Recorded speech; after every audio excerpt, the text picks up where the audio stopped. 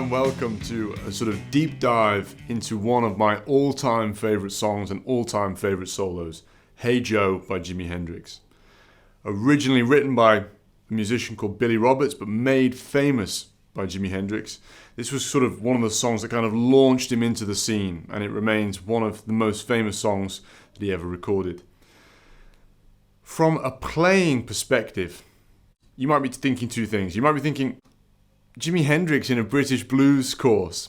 Now, obviously, by sort of nationality, Hendrix was American, but when we're thinking about British blues, I'm thinking not so much about the nationality of the players, although obviously that does kind of make sense, but more about the style of blues that they're playing.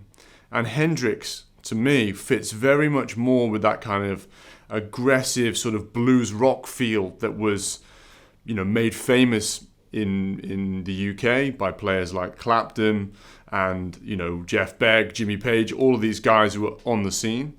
And so that's why he's included here, because I think playing-wise, he really does fit within that category. And he spent most of his career, and certainly the formative years of his career, when he kind of really hit the big time, in London.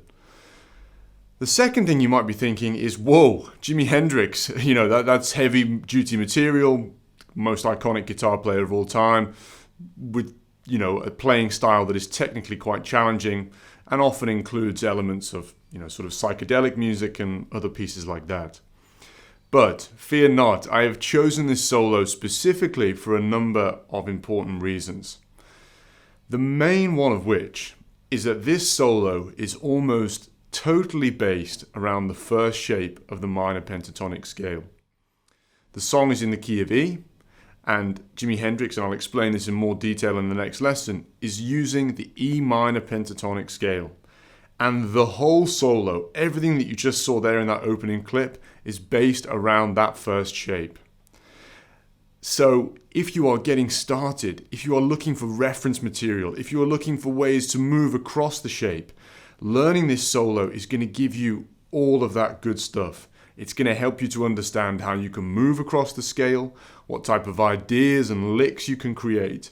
And even if you're not yet in a technical position where you can play at the speed of the solo, because it is quite punchy, you will be able to take all of that and use it in your own musical contexts, over slow backing tracks, all that type of stuff.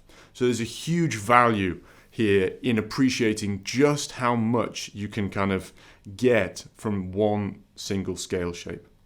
Throughout this course then, you're going to learn the notes and the phrases in that main solo in the song. You're going to learn how to actually play that.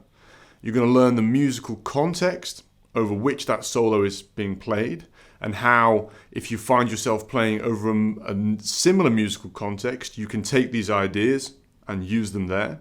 And we'll talk about which approaches work here and why.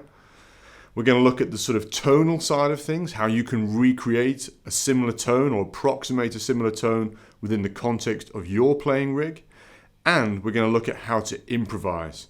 So when you're playing over this track and tracks like it, what approach can you take? What can we learn from Jimi Hendrix? And what parts of your own playing can you sort of adapt and use to recreate a similar vibe and feel as the solo in Hey Joe, but with elements of your own playing? So, without further ado, let's just dive straight in, head over to the next lesson where we're going to talk about the musical context and what's going on behind the solo and how that influences what Hendrix is doing and what you need to be doing as well. See you over there.